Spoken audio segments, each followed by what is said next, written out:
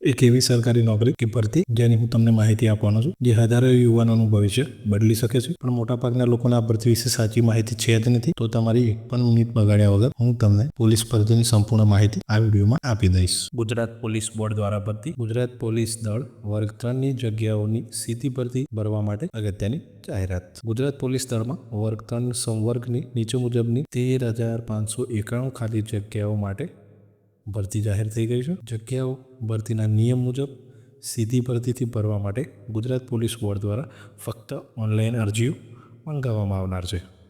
સૌથી પહેલાં આપણે પોસ્ટ વાઇઝ વાત કરી લઈએ. પહેલાં છે પીએસઆઈ કેડર. પીએસઆઈ કેડરની જાહેરાત ક્રમાંકનો નંબર આપણે જાણી લઈએ, જેનો નંબર છે GPRB/2025-26/1. સંવર્ગની ભરતીની વિગતવાર માહિતી. બિન હથિયારી પોલીસ સબ ઇન્સ્પેક્ટર માટે 659 જગ્યા છે. હથિયારી પોલીસ સબ ઇન્સ્પેક્ટર માટે 129 જગ્યા છે. અને જેલર ગ્રુપ 2 માટે ટોટલ 70. એમ ટોટલ 3 પોસ્ટને મળીને 858 જગ્યાઓ પર ભરતી છે. જેની શૈક્ષણિક લાયકાત આ પ્રમાણે છે.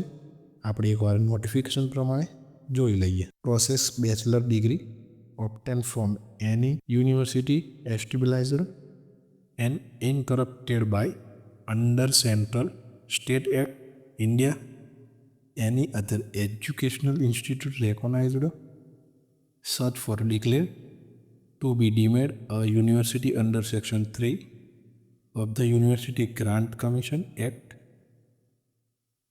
1956, a process equivalent qualification recognized by government. એટલે કે કોઈ પણ માન્ય યુનિવર્સિટીમાંથી તમે કોલેજ પાસ છો, કાં તો સ્નાતક જે કહીએ આપણે, તમે કોલેજ પાસ છો તો તમે પીએસઆઈની જગ્યા માટે એપ્લાય કરી શકો છો. તેમાં માન્ય યુનિવર્સિટીમાંથી સ્નાતક પાસ કરેલ હોવું જોઈએ. ત્યારબાદ આપણે વાત કરી લઈએ બીજી પોસ્ટ વિશે, જેનું નામ છે લોકરક્ષક કેડર. જેની જાહેરાત ક્રમાંક નંબર આપણે એકવાર જોઈ લઈએ. GPRB/2025-26/1. જેની સંવર્ગની જગ્યાઓની વિગતવાર માહિતી આ પ્રમાણે છે. બિન હથિયારી પોલીસ કોન્સ્ટેબલ, જેમાં કુલ જગ્યા 6,942 છે. ત્યારબાદ હથિયારી પોલીસ કોન્સ્ટેબલ, જેમાં કુલ જગ્યા 2,458 છે. હથિયારી પોલીસ કોન્સ્ટેબલ SRPF, જેમાં 3,002 જગ્યા છે કુલ. ત્યારબાદ જેલ સિપાઈ પુરુષ એટલે કે મેલ માટે 300 જગ્યા છે. અને જેલ સિપાઈ ફિમેલ એટલે કે મહિલા માટે 31.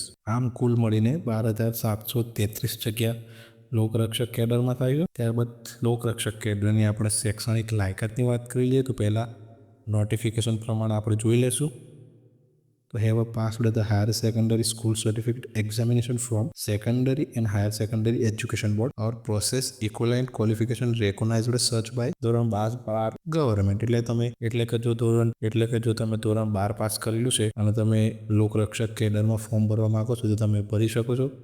તેમજ 12 પાસ માન્ય એટલે કે સમકક્ષનું સર્ટિફિકેટ જે આપણે કહીએ તે જો તમારે 12 પાસ સમકક્ષનું સર્ટિફિકેટ હોય તો પણ તમે લોકરક્ષક કેડરમાં ફોર્મ ભરી શકો છો. 12 પાસ યુવાનો માટે આ ઉત્તમ તક છે. સારી એવી જગ્યાઓ પર ભરતી છે, તો ફોર્મ ભરવાનું ચૂકતા નહીં. અને 12 પાસ માટે આ વર્ષની છેલ્લી જે ભરતી છે તેમાં 12 પાસ માટેની આ તમને એક સુવર્ણ તક મળે છે. તો તમે 12 પાસ હો તો વહેલી તકે આમાં ફોર્મ ભરી દેજો. ત્યારબાદ આપણે વાત કરી લઈએ નોટિફિકેશનની બીજી માહિતીની. તો કે પોલીસ ઇન્સ્પેક્ટર કેડર અને લોકરક્ષક કેડરની ભરતી અંગે વિગતવાર તમામ સૂચનાઓ www.ojas.gujarat.gov.in વેબસાઇટ પર તમને 3/12/2025 રોજ અપલોડ કરવામાં આવનાર છે. આ તમામ સૂચનાઓ કાળજીપૂર્વક વાંચી નિયમોનો લાયકાત પ્રવર્તમાન જોગવાઈ મુજબ પરિપૂર્ણ કરતા અને ઈચ્છા ધરાવનાર ઉમેદવારો માટે ojas.gov.in પર અરજી કરવાની રહેશે. તો મિત્રો આ હતી પીએસઆઈ અને લોકરક્ષક કેડર અંગેની નવી ભરતીની સંપૂર્ણ માહિતી. તમને કોઈ પણ ડાઉટ હોય તો તમે વિડીયોમાં કોમેન્ટ કરી શકો છો. અને ઓનલાઈન ફોર્મ કઈ રીતના ભરવું એ વિડીયો 3/12 જ્યારે ઓનલાઈન ફોર્મ ભરવાના શરૂ થશે તો 2 વાગે આ ચેનલ પર અપલોડ થઈ જશે. તેના માટે તમારે એડવાન્સ તમને કહી રાખું છું કે આ ચેનલને સબસ્ક્રાઇબ કરજો. સબસ્ક્રાઇબ કરેલું હશે તો તૈયારીમાં તમને નોટિફિકેશન મળી જશે. અને ફોર્મ ભરવું વગર કઈ રીતના ભરવું તે સંપૂર્ણ વિડીયો 3 તારીખ આમાં અપલોડ થઈ જશે.